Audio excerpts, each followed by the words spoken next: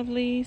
It is November 2nd, 2025, and I just wanted to come out and do a quick video and show you guys how it is that I button up and put my garden to bed for the winter.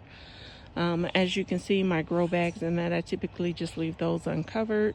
It's just too many to put together and then try to cover up.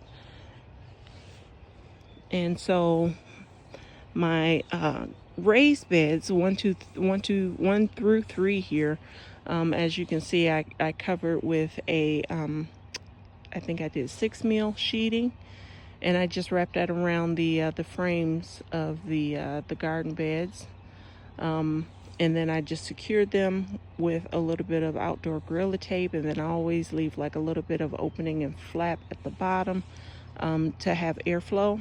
You still get condensation and moisture in that, of course, from the rain, from snow, and melting and ice and things like that. So you don't want like a buildup of water condensation on the inside. It'll create bacteria and things like that. So you always want to, if you choose to do this or something like this, you want to leave a little bit of leeway at the bottom and opening for airflow. And then on the tops, I just put boulders up there, or large rocks, to just kind of weight it down and secure it that way. When it does get windy out here, it doesn't lift or fly away or anything like that. I still have collard greens and cabbages out here, and they're a little weighted down by the frost this morning.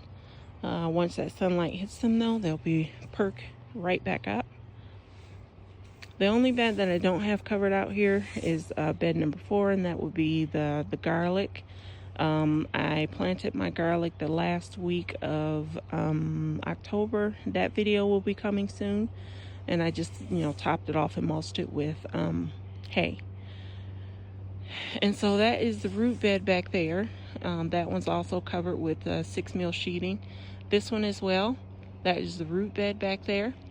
I ran out of sheeting, so it's not as completely covered as the rest of the beds, but it's covered enough to where it gives it a little bit of shelter from the ice and the rain and snow and that during the winter. I do need to come back out and just kind of fix that little flap over there and secure that a little bit better. And then if you, let's see, take a look at the thickness of the sheeting, is still thick enough to where I can, or thin enough to where I can see my fingers through it. So come next year in the spring, when I go to put my onions and that out here, they'll still get enough light and that to start growing, but at the same time they'll have the protection of the sheeting. So I'm hoping that it creates a little bit of a greenhouse effect in the spring. That way I don't lose any onions. This year, 2025, we definitely, at the beginning of the season, we still dipped down, well into the 20s, and, I definitely lost some onions. So I'm looking to avoid that in 2026. But that is what it looks like up close.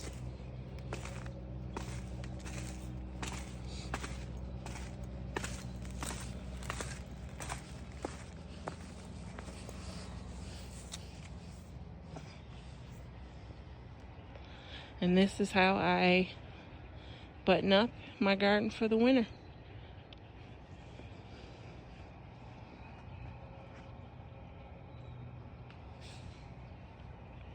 Don't forget to visit us on Tilly's Lovelies. If you liked the video, definitely hit the like button, and don't forget to subscribe. Bye.